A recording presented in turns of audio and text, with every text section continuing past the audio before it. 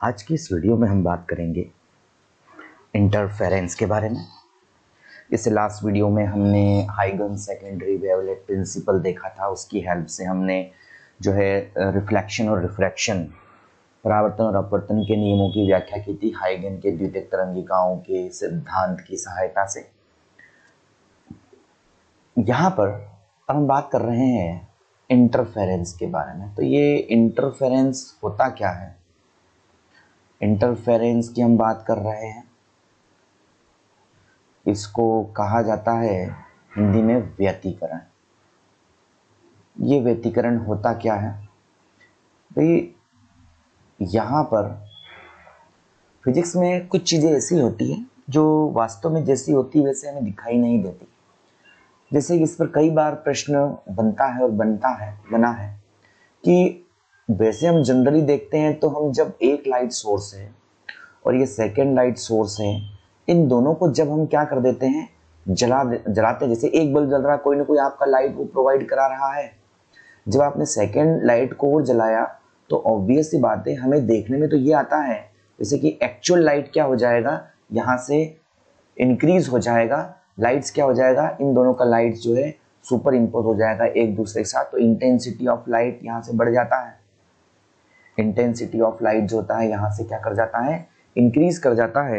Intensity of light यहाँ से बढ़ जाता है, ठीक है। बट एक्चुअल में अगर हम प्रैक्टिकली देखें तो प्रैक्टिकली होना ये चाहिए कि लाइट को लाइट में मिलाने पर, when light superimpose with light, then there are two possibilities. Intensity increased, तीव्रता बढ़ेगी, या इंटेंसिटी डिक्रीज्ड। और इतनी डिक्रीज हो जाएगी कि क्या हो जाएगी, चारों तरफ डार्कनेस हो जाएगी। डार्कनेस हो जाएगी मतलब लाइट को लाइट में जब हम मिलाते हैं तो लाइट को लाइट में मिलाने पर, लाइट को लाइट से सुपर इम्पोज कराने पर डार्कनेस क्रिएट होती है, अंधेरा होता है, अंधेरा बनता है। और इसी फेनोमेनन को हम बोलते हैं इंटरफेरेंस। इंटरफेरेंस पढ़ने के पहले हम कुछ यहाँ कंसेप्ट्स के ऊपर डिस्कस कर लेते हैं। जैसे एक हमें यहाँ पर चाहिएगा कोहेरेंट सोर्स, यहाँ पर हमें चाहिएगा। तो ये कोहेरेंट सोर्स एक्चुअल में होता क्या है और इस कोहेरेंट सोर्स को हम कैसे फाइंड आउट करते हैं? तो कोहेरेंट सोर्स होता है, इसको हम बोलते हैं कला संबद्ध स्रोत। हिंदी में कहा जाता है कला संबद्ध स्रोत। तो कला संबद्ध स्रोत क्या है, कोहेरेंट सोर्स क्या है? कोहेरेंट सोर्स है कि यहाँ से जब दो वेव्स हैं, सपोज कीजिए ये वेव्स हमारे पास चल के आ रही है और दूसरी वेव ये हमारे पास चल के आ रही है, तो इन दोनों वेव्स के बीच में जो फेज डिफरेंस है डेल फाई, ये फेज डिफरेंस क्या होना चाहिए, 0 होना चाहिए, ठीक है। और यदि इनके पास में अगर फेज डिफरेंस है भी सही तो ये क्या होना चाहिए, विद रिस्पेक्ट टू टाइम क्या होना चाहिए, हमेशा कांस्टेंट होना चाहिए। क्लियर है? हमने इससे लास्ट वाले वीडियोस में अच्छे से बात किया था कि कोहेरेंट सोर्स की फेज, सेम फेज क्या होती है, अपोजिट फेज क्या होती है, उसके बेस पे ये कंसेप्ट आता है। देखिए कोहेरेंट सोर्स में क्या होता है, कोहेरेंट सोर्स में सपोज कीजिए जैसे मेरे पास में यहाँ जो है डेल फाई हमने कहा 0 होना चाहिए, सेम फेज में इनको करना चाहिए। बट अगर हम क्या करते हैं, जैसे यंग ने भी इस डबल स्लिट एक्सपेरिमेंट में इस फेनोमेनन को यूज किया था। अगर आप यहाँ पर दो बल्ब एक साथ जलाते हैं तो भले ही आपका इन दोनों बल्ब्स को, बल्ब B1 और बल्ब B2 को जलाने का टाइम सेम है, बल्ब B1 और बल्ब B2 को आपका इसको जलाने का टाइम क्या है, सेम है। बट एक्चुअल में होगा क्या, भले ही आपने दोनों को साथ में स्टार्ट किया है, बट यहाँ से ऐसा जरूरी नहीं है कि यहाँ से आपका जो है लाइट सेम फेज में निकले। ये सेम फेज में हो भी सकता है, या ये लाइट यहाँ से कुछ इस तरह से निकल सकता है दूसरे बल्ब से। तो ऑब्वियस सी बात, देखो इनकी फेजेस अपोजिट हो रही है, ये सेम फेज में भी हो सकता है, अपोजिट फेज में भी हो सकता है। ये कोई ऐसा नीड नहीं है, ऐसे कोई कंपल्शन नहीं है, ऐसा कोई इसके ऊपर मजबूरी नहीं है कि दोनों लाइट्स सेम फेज में हो। तो ये कोहेरेंट सोर्स आपके नहीं कहलाते हैं। ये सोर्स दोनों ही कोहेरेंट नहीं है क्योंकि इनकी दोनों की फेज है वो सेम नहीं है। हमें यहाँ पर ये चाहिए कि अगर एक वेव है, सपोज कीजिए जैसे मैं इसको बना देता हूँ यहाँ, ये एक वेव है मेरे पास यहाँ से, और यहाँ पर मैं दूसरा वेव बनाऊंगा। अगर एक वेव स्टार्ट हो रही है विद क्रीस्ट, ऐसे स्टार्ट हो रही है ऐसे, तो दूसरा वेव भी क्या होना चाहिए आपका, विद क्रीस्ट ही ये स्टार्ट होना चाहिए ऐसे। मतलब एनी टाइम, हर टाइम के ऊपर, ये टाइम आपका जो है T/2 है, ये टाइम आपका जो है कंप्लीट टाइम पीरियड पूरा आवर्तकाल कहलाता है। तो हर टाइम पर दोनों वेव्स का, इसका क्रीस्ट इसके क्रीस्ट से सुपर इम्पोज होना चाहिए, इसका ड्रफ इसके ड्रफ से सुपर इम्पोज होना चाहिए, हर टाइम पर ऐसा ही होना चाहिए। और जब ऐसा होता है तो दोनों सेम फेज में कहलाती है, दोनों के बीच फेज डिफरेंस क्या होता है, यहाँ पर 0 होता है। इवन यहाँ तक कि हम यहाँ तो बना रहे हैं, एक सोर्स से हम 2 सोर्स बनाए थे। यंग ने एक सोर्स से क्या बनाया था, स्लिट के थ्रू 2 सोर्स S1 और S2 बनाए थे, ऐसा है। बट एक्चुअलिटी क्या कहती है, एक्चुअलिटी ये कहती है अकॉर्डिंग टू क्वांटम मैकेनिक्स कि इन दोनों सोर्स भले ही एक सोर्स से मिले हैं, बट ऐसा इसमें भी कंपलसरी नहीं है कि दोनों सोर्स क्या हो, कोहेरेंस हो, दोनों सोर्सेस में कला संबद्धता हो। तो इसके लिए हम बात करते थे वहां पर टेम्पोरल कोहेरेंसी की और स्पेशियल कोहेरेंसी की, और संबद्धता लंबाई की, कोहेरेंसी लेंथ की हमने वहां बात की थी, मतलब काल संबद्धता और लंबाई संबद्धता। बट यहाँ पर हम उसको इतना डिस्कस नहीं करेंगे।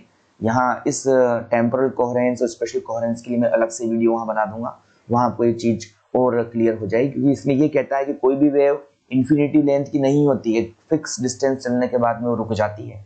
और यहाँ हम ये मान रहे हैं कि एक वेव चल रही है तो ये इन्फिनिटी डिस्टेंस तक जा सकती है, दोनों में डिफरेंस है। तो इसके लिए हम इसको बाद में डिस्कस करेंगे, इसके लिए मैं अलग से वीडियो आपके लिए डाल दूंगा ताकि आपको ये चीज़ और समझ में आ जाए कि कोहेरेंस लेंथ होती क्या है और आखिर किस तरह से हम यहाँ पर 2 सोर्स को कोहेरेंट बना सकते हैं। फिलहाल अपनी सिंप्लिसिटी के लिए हम यहाँ पर यही कह देते हैं कि 2 सोर्स है हमारे पास में, और इन दोनों सोर्स से निकलने वाला लाइट जो है वो कोहेरेंस है, कोहेरेंट सोर्स ऑफ लाइट है, कला संबद्ध स्रोत है। मतलब दोनों सोर्स से निकलने वाले लाइट का क्रीस्ट से क्रीस्ट और ड्रफ से ड्रफ यहाँ पर मिलता है, मतलब दोनों सेम फेज में है। अगर इसी प्रकार मैं अपोजिट फेज का बात करूं, सपोज कीजिए आपका जो है यहाँ पर ये सोर्स से निकलने वाला लाइट कुछ इस तरह निकलता, ऐसे यहां से ऐसे लाइट चलता है, इसका इस तरह से लाइट चलता ऐसे। तो ऑब्वियस सी बात है, पहले सोर्स S1 का तो क्रीस्ट आता, शीर्ष आता, और दूसरे सोर्स S2 डैश जो हमने इस प्रकार लिया है, सेकंड कंडीशन ली है मैंने S2 सोर्स की, उसका क्या मिलता, ड्रफ मिलता। तो यहाँ क्रीस्ट से ड्रफ मिलता। पहले वाले केस में क्या था, क्रीस्ट से क्रीस्ट मिल रहा था, बट दूसरे वाले केस में क्या है, क्रीस्ट से S2 डैश का ड्रफ मिल रहा है यहाँ पर। तो इससे दोनों अपोजिट फेज में क्या कर रहे हैं, एक दूसरे के साथ सुपर इम्पोज कर रहे हैं, और अपोजिट फेज में सुपर इम्पोज कर रहे हैं, अपोजिट फेज में मिल रहे हैं। इसका मतलब सीधा सा ये है कि दोनों का फेज अपोजिट है, अपोजिट फेज में दोनों एक दूसरे से मिल रहे हैं। तो हम यहाँ इजीली कह सकते हैं कि यहाँ पर जो है दोनों कोहेरेंट सोर्स हैं, या तो दोनों सेम फेज में मिले या दोनों अपोजिट फेज में मिले। फेज डिफरेंस या तो आपका, मैंने लास्ट वीडियो में बात करी थी, 0 हो या 2 पाई हो या 4 पाई हो, तो ये सेम फेज कहलाती है। और जब फेज डिफरेंस पाई हो, 3 पाई हो, तो ये कहलाता है अपोजिट फेज, यहाँ पर कहलाता है। यहाँ इस वीडियो में इसको ज़्यादा एक्सप्लेन में नहीं कर पाऊंगा। इससे पहले मैंने सबसे पहला वीडियो बनाया था वेव के ऊपर, उसमें जो है बिल्कुल इसको अच्छे से मैंने एक्सप्लेन कर रखा है। आप चाहे तो वहाँ पर वो वीडियो जाकर देख सकते हैं, उसका लिंक मैं डिस्क्रिप्शन बॉक्स में डाल दूंगा। तो इस तरह से हमारे पास कोहेरेंट सोर्स की बात होती है। अब चलिए हम इंटरफेरेंस का बात कर लेते हैं। इंटरफेरेंस एक्चुअल में होता क्या है और ये इंटरफेरेंस एग्जिस्ट कैसे करता है, व्यतिकरण एग्जिस्ट कैसे करता है। तो एक्चुअल में क्या होता है कि यहाँ जो है 2 सोर्स से आने वाला लाइट है, और हम यहाँ मान के लेके चल रहे हैं कि दोनों सोर्स कैसे हैं, आपके कोहेरेंट सोर्स ऑफ लाइट है। कोहेरेंट से मतलब ये है कि दोनों में या तो फेज 2 पाई 4 पाई 6 पाई इनका मल्टीपल है या ऐसा है, और या फिर दोनों में जो है यहाँ से फेज डिफरेंस पाई 2 पाई 3 पाई पाई 3 पाई 5 पाई कुछ इस तरह से है। तो देखिए इंटरफेरेंस क्या होता है, जब यहाँ से सेम एम्पलीट्यूड का वेव, और ये एम्पलीट्यूड कैसा लिया है मैंने, सेम लिया है, इसको आप अलग अलग भी ले सकते हैं। तो सेम एम्पलीट्यूड का जो वेव होता है, सेम एम्पलीट्यूड का जो वेव होता है, ये सेम फ्रीक्वेंसी की हमारी वेव होती है। वैसे तो बहुत सारी वेव है, बट यहाँ से क्या करना है, मुझे दो वेव्स लेनी है। तो दोनों वेव्स का एम्पलीट्यूड सेम है, फ्रीक्वेंसी सेम है। जब ये मीडियम के किसी पॉइंट पर, सपोज कीजिए ये पहली वेव है और ये मेरे पास आ रही है, यहाँ से ये दूसरी वेव चल के इसके पास जा रही, तो मीडियम के किसी पॉइंट पर सुपर इम्पोज करती है, मिलती है, तो वहां पर रिजल्टेंट एम्पलीट्यूड और रिजल्टेंट इंटेंसिटी दोनों ही क्या कर जाते हैं, इंक्रीज कर जाते हैं। या फिर रिजल्टेंट एम्पलीट्यूड और रिजल्टेंट इंटेंसिटी जो होती है क्या कर जाती है, डिक्रीज कर जाती है। तो इसी फेनोमेनन को हम क्या बोलते हैं, इंटरफेरेंस। मतलब या तो आपका एम्पलीट्यूड और इंटेंसिटी बढ़ जाएगा या एम्पलीट्यूड और इंटेंसिटी डिक्रीज हो जाएगा। यहाँ पर जो इंटेंसिटी होता है is directly proportional to amplitude के स्क्वायर के। एम्पलीट्यूड अगर इंक्रीज करेगा तो इंटेंसिटी भी क्या कर जाएगा, आपका इंक्रीज कर जाएगा। और यही फेनोमेनन, यही कंसेप्ट आपका कहलाता है इंटरफेरेंस ऑफ लाइट कहलाता है। देखिए यहाँ पर मैंने एम्पलीट्यूड सेम लिया है, आप यहाँ से एम्पलीट्यूड को डिफरेंट भी ले सकते थे, थोड़ा हमारा डेरिवेशन ज़्यादा बड़ा हो जाता। डिफरेंट फ्रीक्वेंसी ले सकते थे तो हमारा डेरिवेशन और ज़्यादा बड़ा हो जाता। बट हमें यहाँ पर इसको इजीली समझना है, इसलिए मैंने एम्पलीट्यूड और फ्रीक्वेंसी दोनों को फिलहाल क्या मान लिया है, सेम मान लिया है। ये इंटरफेरेंस जो होता है ये टू टाइप का होता है। पहला इंटरफेरेंस जो होता है इसको हम यहाँ पर बोलते हैं कंस्ट्रक्टिव इंटरफेरेंस। इसको हम कहते हैं यहाँ पर कंस्ट्रक्टिव इंटरफेरेंस। ठीक है, पहला इंटरफेरेंस हमारे पास जो क्रिएट होता है इस इंटरफेरेंस को हम बोलते हैं कंस्ट्रक्टिव इंटरफेरेंस यहाँ पर कहा जाता है। दोबारा लिख देता हूँ मैं इसको। पहला इंटरफेरेंस होता है हमारे पास, ये होता है कंस्ट्रक्टिव इंटरफेरेंस, यहां से बनता है।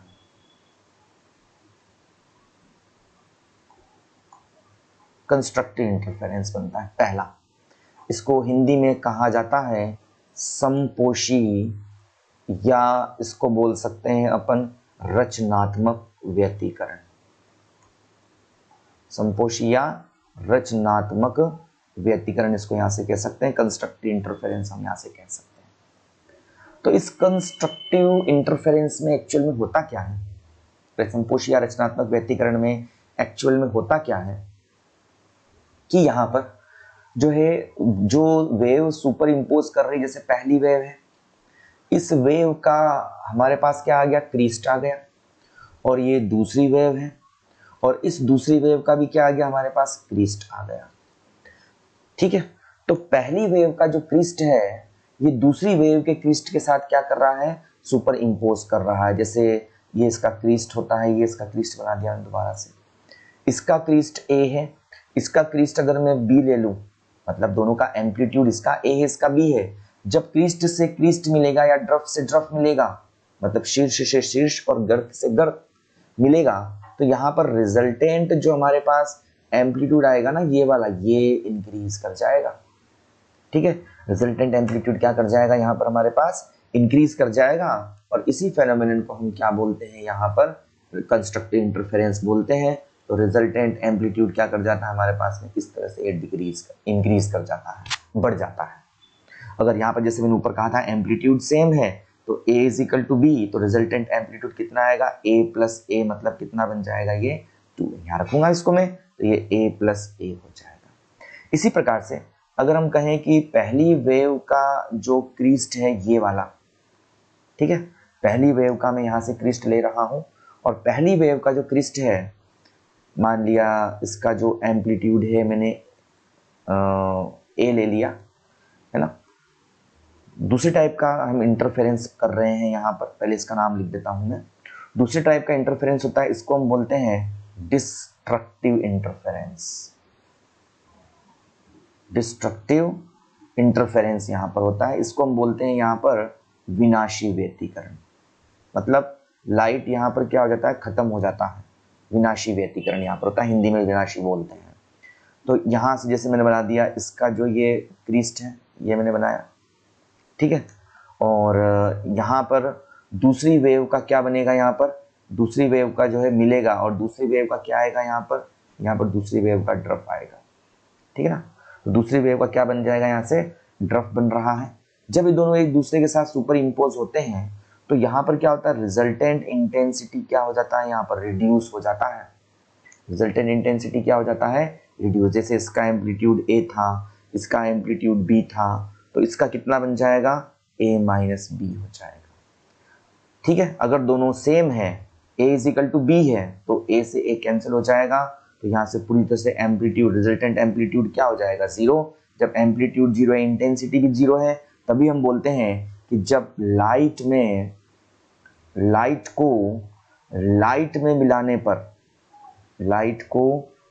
मिलाने पर क्या क्रिएट होती है, यहाँ से जो है डार्कनेस क्रिएट होती है। लाइट को लाइट में आप मिलाओगे तो क्या क्रिएट होगी, यहाँ से जो है डार्कनेस क्रिएट हो जाएगी। और इसी फेनोमेनन को हम क्या बोलते हैं, यहाँ से जो है डिस्ट्रक्टिव इंटरफेरेंस कहते हैं। मतलब आपका रिजल्टेंट लाइन यहाँ से खत्म हो जाएगा। तो इस तरह से हमने यहाँ बात करी इंटरफेरेंस के बारे में। दोनों प्रकार के इंटरफेरेंस को हमने यहाँ पर एक्सप्लेन किया है। अगले वीडियो में हम इस इंटरफेरेंस पर एक डेरिवेशन की बात करेंगे, और इंटरफेरेंस पर डेरिवेशन की बात करके हम इस पर जो भी इसको अफेक्ट करते हैं इंटरफेरेंस को, फैक्टर्स, हम उसको यहाँ पर डिस्कस करेंगे।